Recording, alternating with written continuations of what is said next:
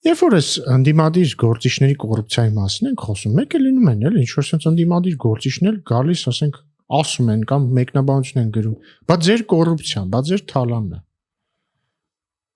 Շորջ ջան, ցույց կտակ իմ $200 միլիոն։ Չէ, 200 Ինչ 200, 100 միլիոնը ցույց կտակ, ինչ 100, 10-ը ցույց կտակ, ինչ 10, 1-ը ցույց կտակ, ինչ 1, կեսը ցույց կտակ եւ տենց շարունակ։ Հեսա ասելու են կեսի վրա 250,000 չունեմ։ Ես դրան սովորաբար sense եմ պատասխանում, ասում եմ ցույց տվեք իմ օրինական եկամուտներից, այսինքն աշխատավարձ դուրս փող։ Կամ չգիտեմ, այնտեղ իմ մեքենան եմ ծախել նոր։ Մի խոսքով դրանից դուրս 1000 դրամ ցույց տվեք, ինձ տարեք դատեք։ Ընդ որում, նայ էլի, ես ընդ որում դա կարող եմ ասել համ իմ համար, համ հորս համար, որը 90-ականներին է իշխանության եղել։ Ես սրա նույնիսկ կրկնակի ապացույցն եմ, էլի, որովհետև ինչ եմ հորս օրինակը բերում, որովհետև ինքն ու Քոչյանը ըստ էության նույն ժամանակաշրջանում երկուսն էլ եղել են բան բարձրաստիճան պաշտոնյա։ Քոչյանը 90-ից թվից սկսած Ղարաբաղում եւ Հայաստանում տարբեր պաշտոններ է զբաղեցրել, հայրս Հայաստանում տարբեր պաշտոններ է զբաղեցրել։ Հետո ես եմ պաշտոններ զբաղեցրել, այսինքն 20 տարի անց։ Բայց հանրագումարով եթե նայենք, հորս ու իմ զբաղեցրած պաշտոնը երկուսն իրար հետ մոտ 20 տարի անում, Քոչյանն էլ մոտ 20 տարի իշխանության է եղել։ Հարց. ուր են իմ միլիոնները։ Ուր են մեր միլիոնները, ուր են մեր վիլաները, ուր են մեր Հունաստանում վիլա ուներ, չէ՞, թե չուներ, չգիտեմ եթե։ Հունաստանում իհարկե ուներ։ Ուր են։ Ասում մի կղզի ունեմ, ասում մի կղզի ունեմ, ուրա կղզիս։ Ունեմ, չունեմ, ասում մի հատ եկա ասապնյակ ունեմ Հունաստանում ու կղզի էի ասում։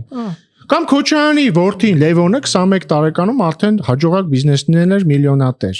Նույն անալոգիայով ես ինչի 21 տարեկանում բան չէի, հաջողակ բիզնեսմեն չէի, միլիոնատեր։ Դու այդքան տաղանդավոր չես։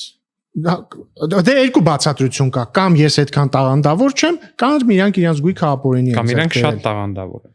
Չէ, կամ իրանք իրենց գույքը ապօրինի են։ Կամ իրանք շատ տաղանդավոր են ապօրինի գույք ձեռք բերելու հարցում։ Կարող է։ Չգիտեմ, ասում եմ էլի, եթե պետքա գաք մեզ ասեք, բա ձեր թալանը, բարի եղեք ցույց տվեք մեզ մեր միլիոնները կամ մեր բաները, վիլաները եւ այլն եւ այլն։ Խնդրում եմ արեք դա։ Որտեվ տարօրինակ է, չէ՞ որ մի հատ ասենք բան թանկարժեք մեքենայից մեքենան նստող եւ իր թանկարժեք վիլա գնացող մեկը իր անձնական օգտագործման լրագրողին մի երկու փող sense դնում է գրպանը, որ այդ լրագրողը գայինց ասի, բա ձեր թալանը։ Դե բարև ձեզ։ Ինչն է ամենաբանը, էլի։ Ասում լրագրողներին այդ որ ուղարկում են գան որ ինձ քեզ հարցնեն բանանց ասեն բա ձեր թալանը այն օրը նայում եմ թե մամուլում էլ հրապարակումներ կա մի պահ սկսել էին բան անել չէ մեզ ինչու են մեղադրում ասում են դուք իշխանականները հիպոթեկով տներ եք գնում դա եղել է այն բան էլի որ Հայաստանի Հանրապետությունում 50,000 տենց մարդ կամ ընտանիք 50,000 բնակարան կառուցվում էր մի տարի առաջ, հիմա նույնիսկ չգիտեմ։ Հիմա այդ թիվը ավելի մեծ, այսինքն այդ բնակարանները տեր ունեն, ենթադրաբար տենց 40,000-ից ավել մարդ բնակարան է գնել կամ 40,000-ից ավել ընտանիք հիպոթեկով բնակարան է գնել։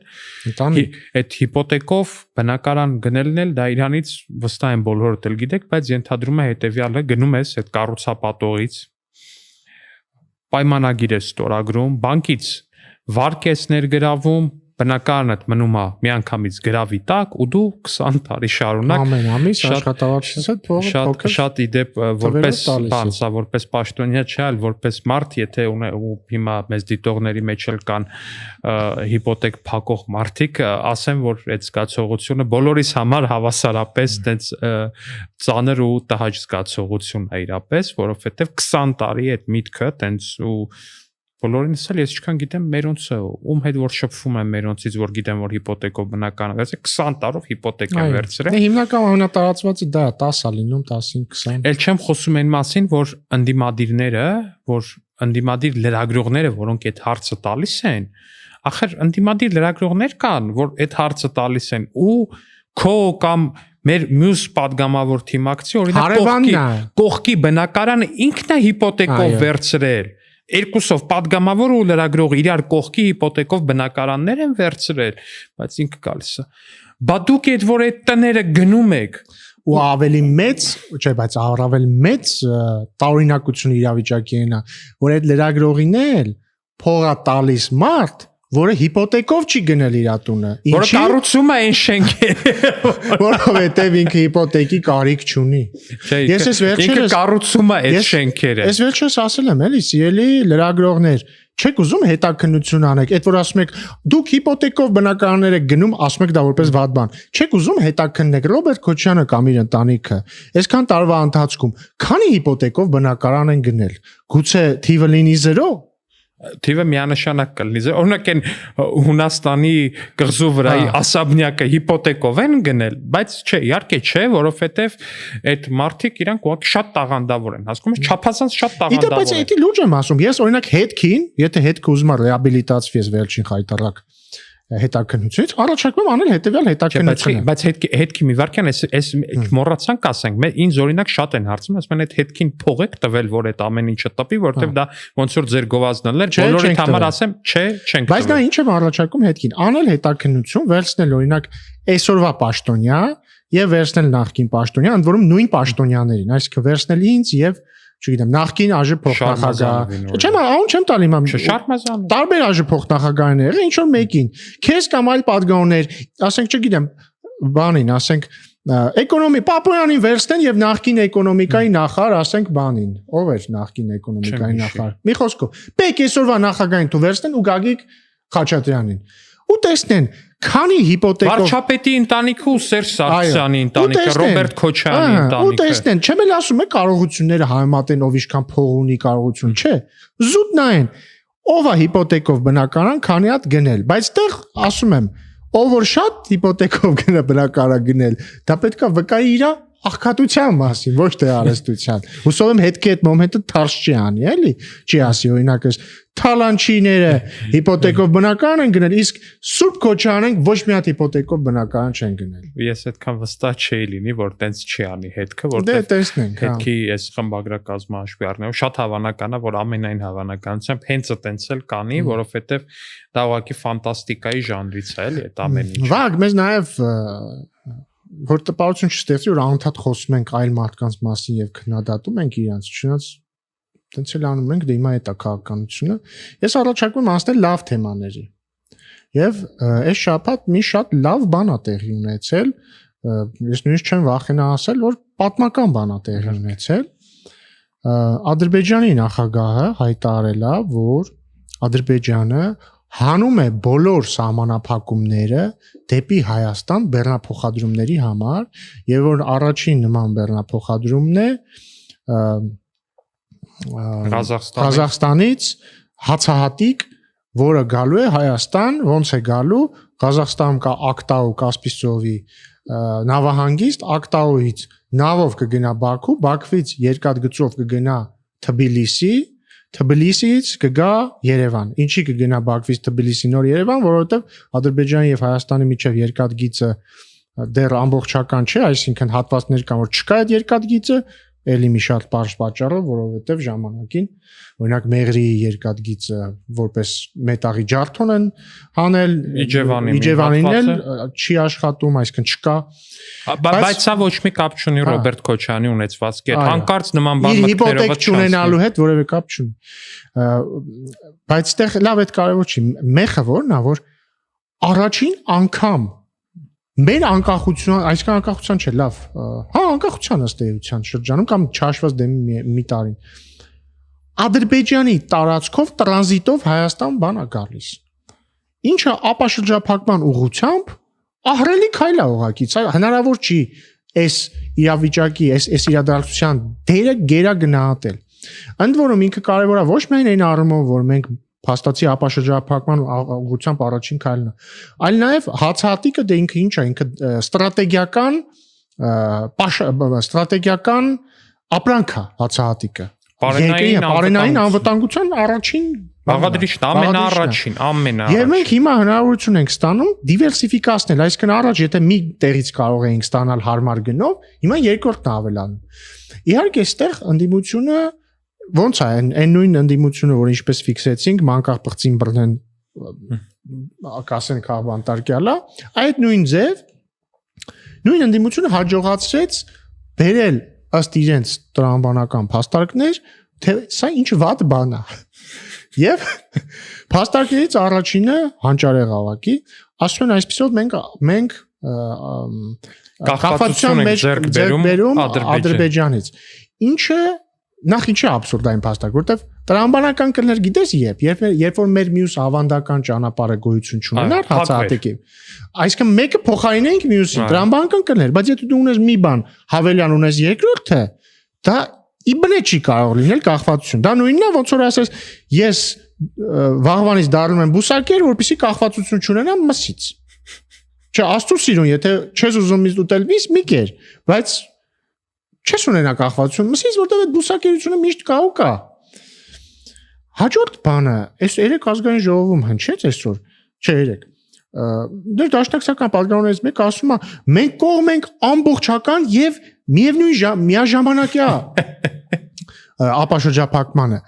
Էլի այդ փաստարկը տրամաբանական կլներ այն դեպքում, եթե հիմա Հայաստանի տարածքով մի բան տարանցվեր դեպի Ադրբեջան, եւ մեր համար բան բացված չլներ, ասեն այդ դեպքում կարողանային ասել ինչի ենք մենք առաջինը դա անում։ Բայց հիմա հակառակն է ոնց որ թե ինչ խնդիր կա։ Ու ամենակարևորը, երբ որ Վաշինգտոնի օգոստոսի 8-ի հռչակագիրը ստորագրվեց, իրանք ինչ էին ասում։ Ասում են սա միակողմանի զիջում է, մեր համար ոչ մի բան չի բացվելու։ Ասում են մենք տալու ենք Սյունիքով միջանցք, այդ առանձին թեմա է, որ ոչ մեկ միջանցք չի տալիս, դա ճանապարհ է մեր սուվերենության ներքո, խոսել ենք նախկինում, չվերադառնանք դրան։ Ասում են մեր համար ոչ մի բան չի բացվելու։ Եվ անցավ 2 ամիս զարմանք, բարձում է մեր համար բան բացվում է, բայց չէ մենք կախվածության մեջ ենք ընկնում։ Ու սենց ամեն անգամ են էլի անում։ Եթե հիշացնես իրանց խոսածածները, տարվա սկզբին ասում էին պատերազմ է հեսա ալնելու, Սյունիքը հեսա գրավելու է, հիմա ասում են դե լավ ինչ է, ոչ մի բան չենք ստանում։ Հա, գալիս է այդ հացահատիկը, բայց յանի ինչ, հա, ինչ։ Դե ես վստահ եմ, որ վաղը ասենք, եթե մեր լիակատար ապաշրջափակումը տեղի ունենա, ասենք Թուրքիայի սահմանն էլ բացվի, բան, իրանք ասել են, հա դե ինչ, հա, բա Բայց ինչի է սահմանը բացվել, բայց օրինակ ասենք, չգիտեմ, ինչ կասեն։ Կասեն, բայց կիլոմետրաժը մի քիչ երկար չի դեպի բան, Թրաբզոն։ Մետենց է։ Չէ, այդ ժամանակ ասելու են, որ հիմա մեր տնտեսությունը քանդվում է վերջ, արդեն ամեն ինչ վերջացավ։ Կասեն ու հետո այդ տարի, երբ որ մեր հնան էլ ավելի արագ սկսի աճել, կասեն բայց ինքը բավարար արագ չէ, կասեն սա փուչիկա, որը պայթելու է։ Հա, կասեն փուչիկա, որը պայթ։ Ոնց որ հիմա, ոնց որ մեր իշխանություն գալուց արդեն անցել է 7 տարի, 7 տարի աճ ենք ունենում, 7 տարիա փուչիկա։ 7 տարիա փուչիկա ու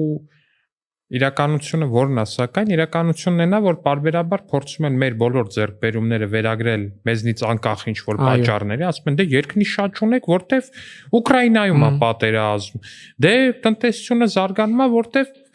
ռուսներն են գալիս, որովհետև այս մեկնա, որովհետև այն մեկնա, որովհետև այն մեկնա, բայց կներեք էլի, եթե տենց պարբերաբար ինչ որ պատճառներ կան, որ այդ տնտեսությունը զարգանում է, իսկ կարող է խնդիրը չէ, այլ բանը, պատճառը այն է, որ այդ բոլոր պատճառները պետությունը կարողանում է այնպես անի, որ այդ բոլոր պատճառներից պետությունը մաքսիմալ կամ մաքսիմալին մոտ կամ գոնե բավարար չափով օգուտ քաղի, որտեվ դա է պետական հմտությունը նաև դու տենց իզոլացված վակուումի մեջ չես ապրել, չես ապրում ու չես ապրելու որպես պետություն, այսինքն չկա աշխարհում պետություն, որը նու կա մի հատ է Հյուսիսային Կորեան, այն էլ ոչ այդքան էլի այդ աստիճանի վակուումի մեջ էլի շփում ունի, բան ունի։ Ամեն դեպքում դու տենց վակուումի մեջ երբեք չես ելնելու, բա ամբողջ աշխարհի բաներն էլ ազդում են քո վրա։ Բա կներեք, հազար ներողություն Այդ ոնց է ստացվել, որ մենք եկել ենք ու ստանձնել ենք պետության ղեկը, ունենալով ռազմական բյուջե ընդամենը 460 միլիոն որպես այդպիսին դոլար, 460 միլիոն դոլարով ստանձնել ենք պետության ղեկը ու ռազմական բյուջեն դարձրել ենք 1 միլիարդ 600 միլիոնից ավելի։ Մենք նայեք էլի այս ինչ թիվ է, մի հատ այս թվի մասշտաբը խնդրում եմ ձեզ հասկացեք ուղղակի։ Սիրելի հեռուստադիտողներ, ստանձնել ենք 400 պլյուս միլիոն դոլարով, դարձրել ենք միլիարդ 600 պլյուս միլիոն։ Սա ուղղակի կոսմիկ մի բան է, էլի։ 7 տարվա մեջ, հա 7 տարվա մեջ միլիարդ 200 միլիոնով ռազմական բյուջե ենք ավելացրել։ Հələ մեկն ու մեկը ավելացնեիք, էլի։ 500 միլիոն ավելացնեիք, լավ։ Չեք ավելացրել։ Ռոբերտ Քոչարյանը ստանձնել է երկրի նախագահությունը 98 թվականին Ադրբեջանի հետ ռազմական բյուջեի դիսբալանսը եղել ընդամենը 11 միլիոն ԱՄՆ դոլար ու հանձնել է երկրի նախագահությունը, երբ որ այդ դիսբալանսը եղել է միլիարդ 600 միլիոն։ Բայց հակադարձ համեմատականությամբ իր անձնական եւ ընտանեկան բյուջեն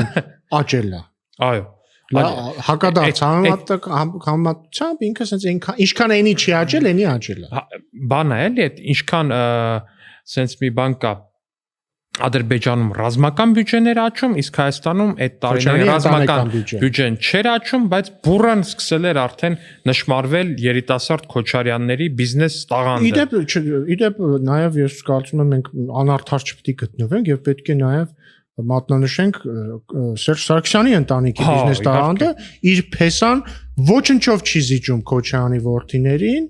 իր բիզնես ջիղով ինչու ոչ նաև լրջությամբ։ Ես ինչքան ժամանակ է ուզում եմ մի բանի մասին խոսամ, էլի։ Այս կտորը նաև հիմիկվանից ասեմ, որ կտրելու եմ ու դնեմ իմեջում։ Հիմիկվանից չնեղանաս։ Շատ լավ։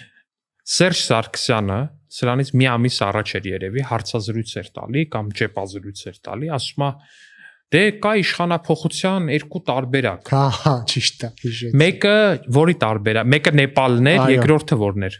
Երկրորդը իրանց առաջարկած impeachment-ը։ Երկրորդը իրանց առաջարկած impeachment-ը, ասում է կամ Նեպալի պես պետք է լինի, կամ պետք է լինի մեր առաջարկած impeachment-ով։ Հիմա ուրեմն ես վստահ եմ, որ մեծ դիտողները գիտեն, որ Նեպալում այնտեղ իշխանափոխություն, հեղափոխություն եւ այլն այնտենց բաներ ա եղել, որ ուղեկցվել է նաեւ որոշակի բռնությամբ, այո, չգիտեմ, միակողմանի, երկկողմանի, դա էական չի։ Նախարարներ, բան ինչ որ ծեծում էին։ Հա, նախարարներին ծեծում էին փողոցներում, առնվազն դա տեսանելի է, բայց ես վստահ եմ, որ մեր հեռուստադիտողների մեծ մասը չգիտի դա ինչ է։ Ուրեմն, միջև այդ շարժումը հեղափոխական Նեպալում կոնկրետ հեշթեգ ա եղել սոցիալական ցանցերում Nepokids։ Nepokids։ Դա այդ հեշթեգը դրել են թե աղքատ երեխեքը, օրինակ Բաքուն ֆուտբոլ են խաղացել թե բան, ու այդ հեշթեգը դրել են նաև հարուստների երեխեքը, իսկ հարուստները Նեպալում շատ դեպքերում եղել են պետական պաշտոնյաներ, նախարարներ, այնտեղ այլ պաշտոնյաներ եւ այլն եւ այլն։ Ու ստացվել անենց, որ այդ պետական պաշտոնյաների երեխեքի նկարները եղել են տենց կներեք կոտարածին բառի համար ուլտրա լաքշրի, էլի, տենց, չգիտեմ, անձնական ինքնաթիռներ, տենց գուչիներ, չգիտեմ ինչեր, վիլաներ, թանկարժեք մեքենաներ եւ այլն, ու զումերները, այս նոր սերունդը, որը որ մեր սերնդից հետո է եկել, սիրելի Ռուբեն, ինքը այդ ամեն ինչ տեսնելով իր մեջ այդ անարդարության շատ մեծ զգացում է արդարացել։ Այդ գեր ճոխ կյանքը տեսնելով իր պետական պաշտոնյաների զավակների ու որոշել է արդարությունը իր ձեռը վերցնել ու տենց դիմել է նաև բռնության։ Հիմա երբ որ ուզում եմ հասկանամ, երբ որ Սերժը դեմքի լուրջ արտահայտությամբ մեզ սպառնում է Նեպալի մեթոդով, ես անկեղծ ուզում եմ հասկանամ, այդ կարող է իմ տանը լիֆտ կա առհասարակ չկա, մեր բազմաբնակարանում շենքում լիֆտ չկա, երկրորդ մերը սովորական բնակարանա բազմաբնակարան շենքում, բայց այստեղ մոտիկ հենց կենտրոնի փողոցներից մեկում գտնվում է Սերժի աղբոր բազմաբնակարան տունը, բազմահարկ տունը, որի լիֆտը նաև պարզվեց, որ ոսկե զոծ էր։ Հիմա հարց, ում է մեզնից ավելի շատ սպառնում Նեպալի օրինակը, ասենք, որ մտնեն իմ Instagram, իմ բարեկամների Instagram, քո Instagram, քո բարեկամների Instagram, ում է ավելի, կներես, ում է ավելի, ու մտնեն Սերժի ընտանիքի, Սերժի մտերիմների ընտանիքի Instagram, ում նկատմամբ ավելի հավանական, որ այդ նեպալյան զայրույթը մարդկանց մեջ կառաջանա։ Ես ասեմ ավելին, Սերժ Սարգսյանը պետք է ամեն օր գնա Կտրիչ Ներսյանի մոտ կամ որևէ այլ կամ կտրիչը գնա իրական հոգևորական ճարի գնա իրականի մոտ մոմ վառի, որ 2018 թվականին մենք չենք թողել, որ իր հետ, իր ընտանիքի հետ լինի Նեպալը։ Որովհետև եթե իրանք այդքան սիրում են ասել մեզ եկաք սև սպիտակ արեցիք, ոչ, մենք եկանք սիրո եւ համերաշխության հեղափոխություն արեցինք։ Ու եթե մենք չանեինք սիրո եւ համերաշխության հեղափոխություն, իրան ու իրան նմաններին շատ վատ բաներ էին սպասվում։ Ինքնանք պիտի գնան մոմ վառեն, որ իրանց հետ չեղել են ինչ հետագայում եղավ Նեպալում, ու ես զարմանում եմ այդ մարդու բանի վրա, ցինիզմի վրա, էլի, որ ինքը կարող է տես բան ասի, էլի։ ինքը պետք է շնորհակալություն հայտնի մեզ, ինքը իր փեսեն օրինակ, չգիտեմ, մի մոմենտ վիդեոներ էր անում ինչ-որ մեկի բանից, խոհանոցից, ամբախ խոսալու փոխարեն պետք է անդադ լայվ մտներ, ասեր շնորհակալություն։ Բայց լավ, մի հատ վերադառնանք էլի այն բան թեմաներին, էլի խաղաղության թեմային, որտեղ իրական դա կարևոր է, ու մեզ շեղում են նաև այդ թեմաներից։ Նաև ինչ է ստացվում, նայ։ Ոչ միայն հացահատիկի կա գալիս ղազախական Ադրբեջանի տարածքով։ Նաև երեք Ադրբեջանի եւ նախագահ եւ արտգործ նախարարը տարբեր կոնտեքստներում եւ տարբեր ձևակերպելով արտահայտել են հետեւյալ միտքը, որ Հայաստանի եւ Ադրբեջանի միջև խաղաղություն է։ Կարծեմ արտգործ նախարարը ասել էր, դες բառացի չեմ մեջբերի, բայց մոտավորապես ասել էր, որ մենք համարում ենք, որ արդեն իսկ խաղաղությունը հաստատված է։ Ադրբեջանի նախագահն էլ ասել էր, որ սա, այսինքն որ ղազախական հացահատիկը գալիս է եւ որ իրանք Հայաստանի համար արգելքը բեռնափոխադրումների դեպի Հայաստան հանել, ասում է սա վկայում է նրա մասին, որ խաղաղությունը ոչ միայն թղթի վրա է, այլ իրականության մեջ։ Եվ ի՞նչն է ստեղ հետաքրքիր։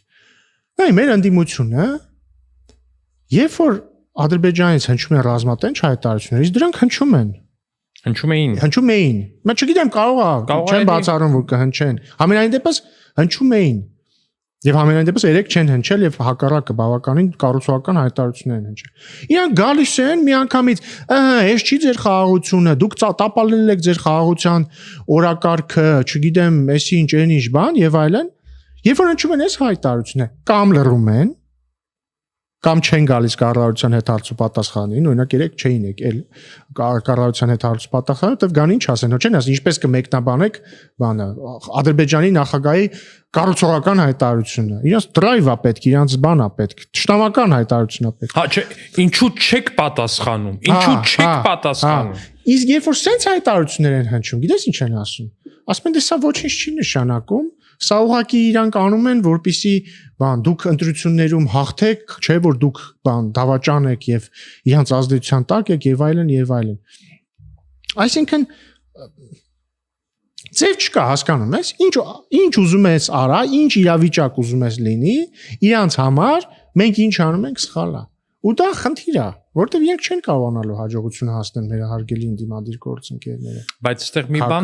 այստեղ մի բան էլ կա, ախր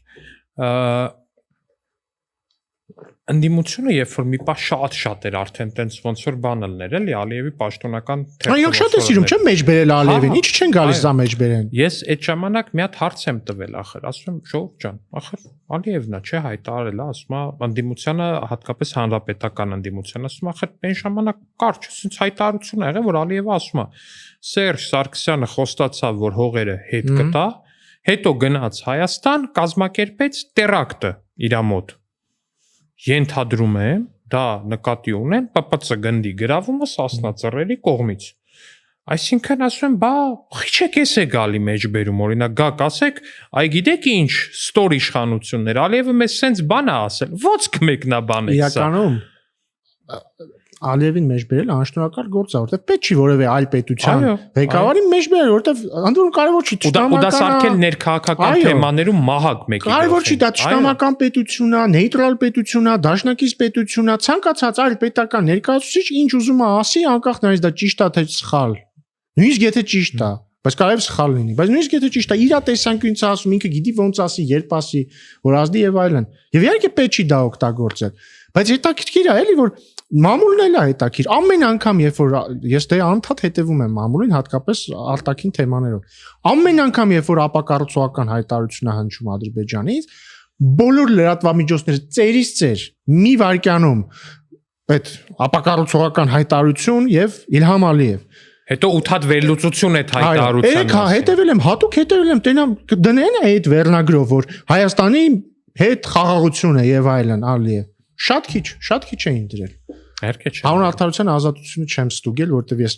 չեմ հետևում այլևս ազատությանը, չգիտեմ, դրել են, չեն դրել։ Հետաքրքիր է, այս հաղորդումից հետո կստուգեմ, դրել են թե չեն դրել։